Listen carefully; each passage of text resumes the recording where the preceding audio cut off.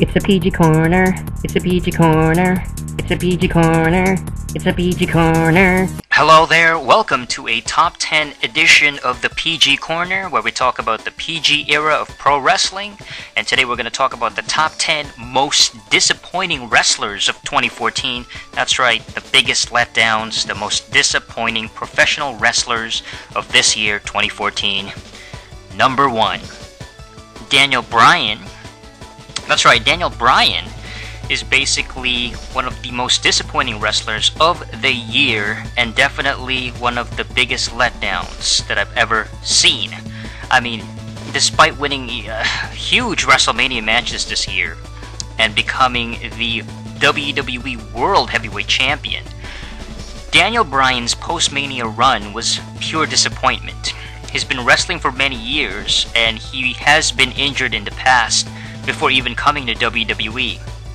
But this year, he underwent neck surgery, which kept Daniel Bryan off television for the majority of the year. After the Mania, and after getting the neck surgery, he's been off of Raw. We haven't seen him all that much. He hasn't made really any appearances, and he basically kept declining. He was put in these ridiculous angles and little stories involving Kane, and of course his bride, his female companion, his woman, and he just didn't even participate in the Royal Rumble. That's how terrible that was. And the only reason they put him in there was because of other circumstances, particularly his large fan support. And even that has become incredibly useless because he's been off television. He hasn't been active. What a disappointment. Number 2, CM Punk.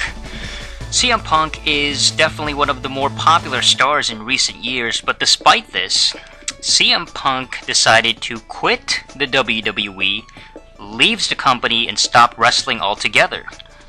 On Monday Night Raw, after the Royal Rumble this year, CM Punk did not appear, nor did he even show up for the Raw or the SmackDown tapings that particular week.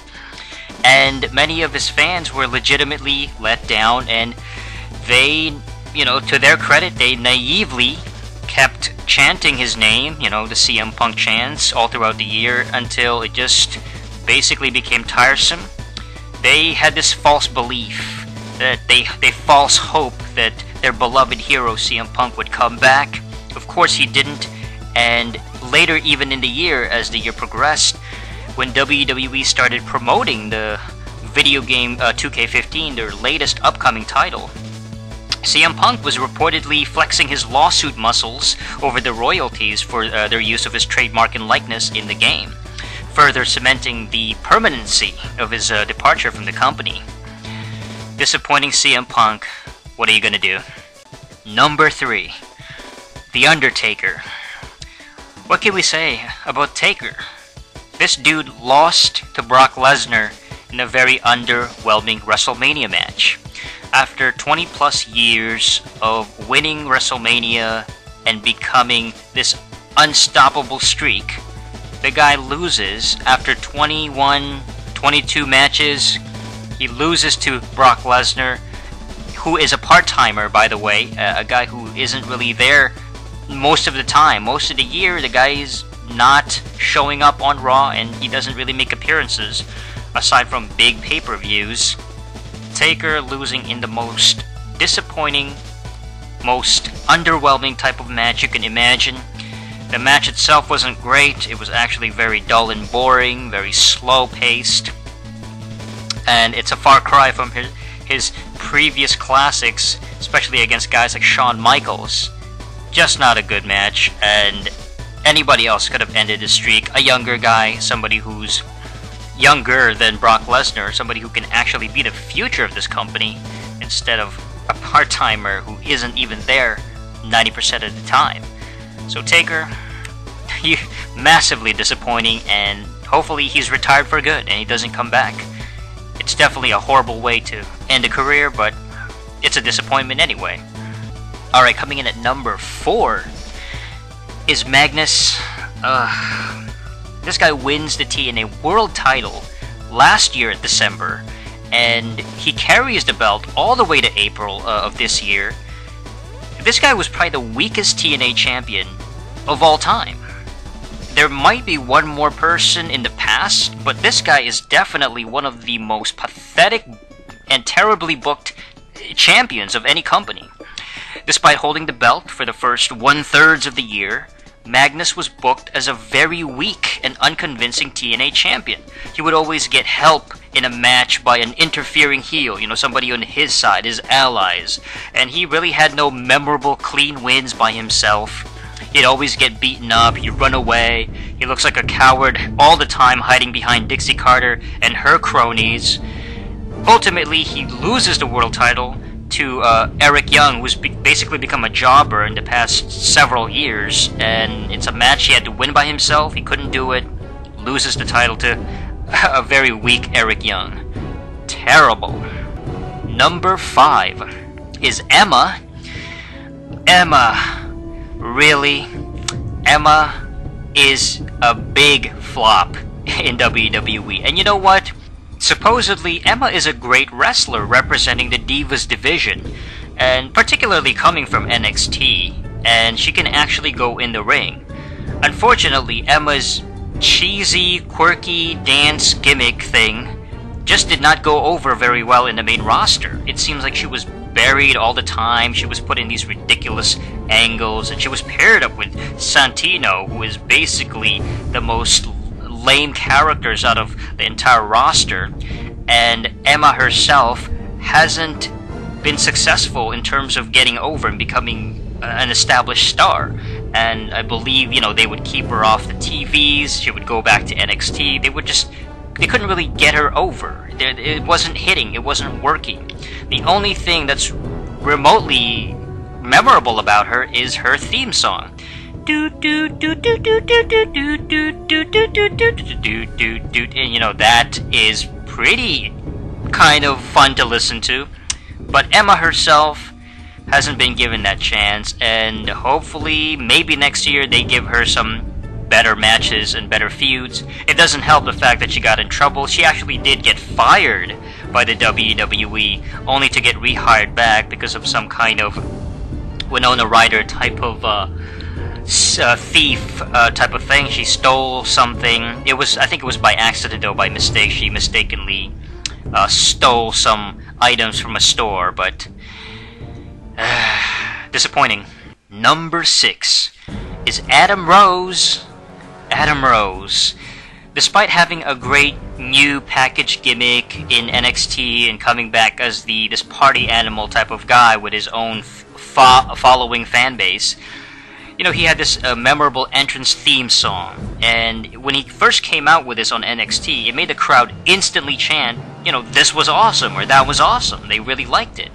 So Adam was immediately brought over to the main roster on Raw, and he failed to make an impact.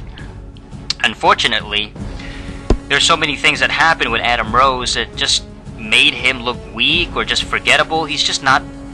there's something wrong with the way they package him. First of all, they took away his theme song. It was changed from The World Goes Wild, which was very memorable. It was by Above Envy. Alright, that was the artist. And that was changed to this generic ripoff song called Breakaway. So instead, they changed it to this crappier remix or, ripoff stolen theme music, Breakaway, instead of The World Goes Wild. And that was a big part of why he became really popular.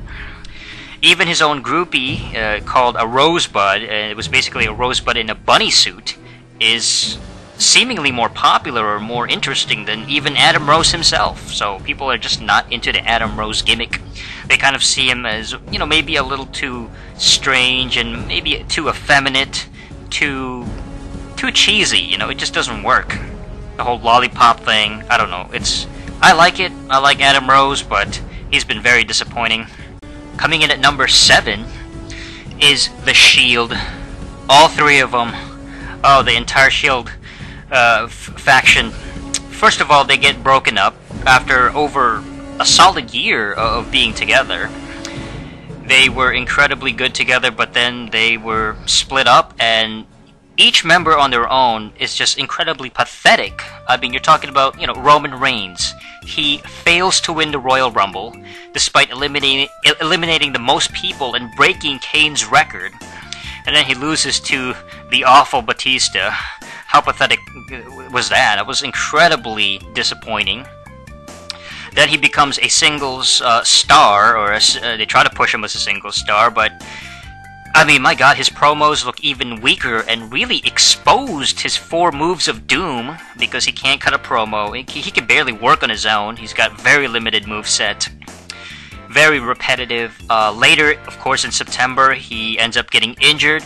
He gets sidelined from the TV appearances, and we've barely seen Roman Reigns since then. So that derailed his character as well, being injured and legitimately sidelined from television. Seth Rollins himself turns heel. He's the guy who started all this. He freaking turns his back on his Shield brothers, alright?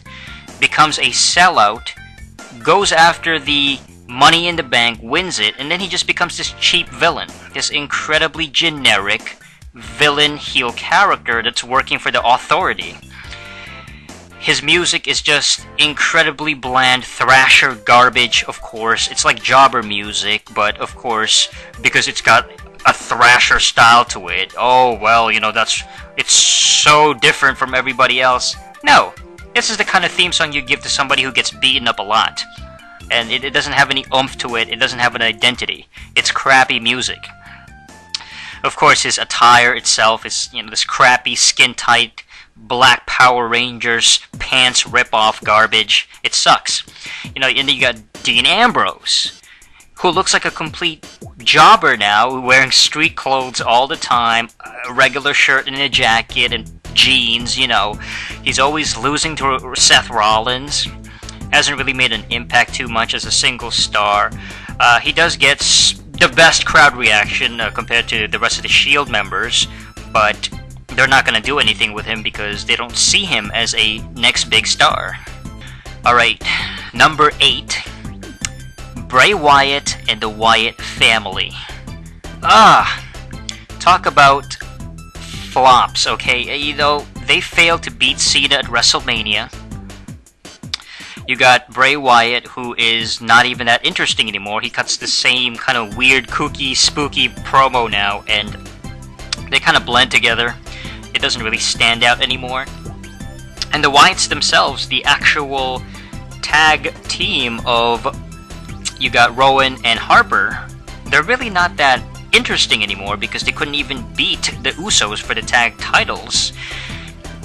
They've had so many matches against those guys, they couldn't even take the tag team championship. They probably should have, but they didn't. And they've become incredibly boring and irrelevant in just a matter of months. And I heard now they're gonna try to split them up, or there's rumors that they're gonna get split up. What a disappointing faction.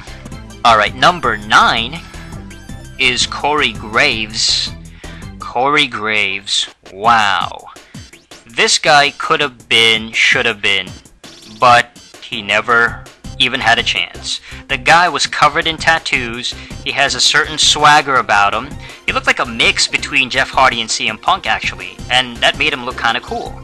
Despite having some appearances on NXT earlier this year, and he actually is a former NXT Tag Champion, Corey Graves is just injury prone, and he has suffered from really serious concussions. He was sidelined with a concussion before, and then earlier this year he ended up getting another concussion, and he, it seemed like he was having a good, strong startup or build-up. He was made to look good against guys like Yoshitatsu and Sami Zayn, and he even had a cool new theme song, I mean, it's a very cool do do do do do do head into the sea do do do do do do do. Yeah, I like the theme song. It's really, really cool. It's befitting his character. Ultimately, his concussion, though, his injury, kept his career sidelined for the majority of this year and off NXT tapings for the majority of 2014. Ultimately, it seems like his career is over. Corey Graves, he's done. He's not wrestling anymore, and they're just going to wait until his contract runs out, and they'll probably release him. It's so unfortunate. This guy could have been that perfect guy to replace a CM Punk type of character, especially with Punk gone. It's not meant to be, I guess. And number 10, Hideo Itami, aka Kenta. Where can I begin with Hideo? He had this long-awaited, highly hyped debut in WWE, finally appears on NXT, and it was so disappointing. It just left so much to be desired. I mean, first of all, his internationally recognized moniker Kenta was changed. They changed his frickin' name from Kenta to a two-name generic style WWE owned type of name, Hideo Itami.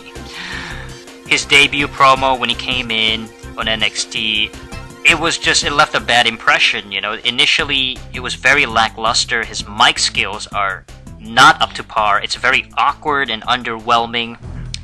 It doesn't have the oomph to it. He's definitely the opposite of somebody like, I don't know, The Rock, okay? On the microphone, it was just bad, and so he has to rely on his in-ring. Unfortunately, here's the problem. His moveset has been ripped off for so many years. Guys like Punk and even Daniel Bryan have taken his signature moves, so he can't even do anything that's memorable or interesting anymore. And now his finishing move, it seems like some kind of, you know, he did the stomp. That's Loki's move. We've seen Loki do that. He does a kick to the face. Okay, what more do you have? I mean, what other kind of moves can you possibly innovate? His matches basically have been very mediocre at best. I mean, they haven't really... They're not 5-star classics. He's no Sami Zayn. And they haven't really been that impressive. And it's so unfortunate for a guy who's as talented as Kenta. So, there you go. That's the top 10 most disappointing wrestlers of 2014. I mean, these guys have been disappointing. They've been booked terribly, and they haven't looked good.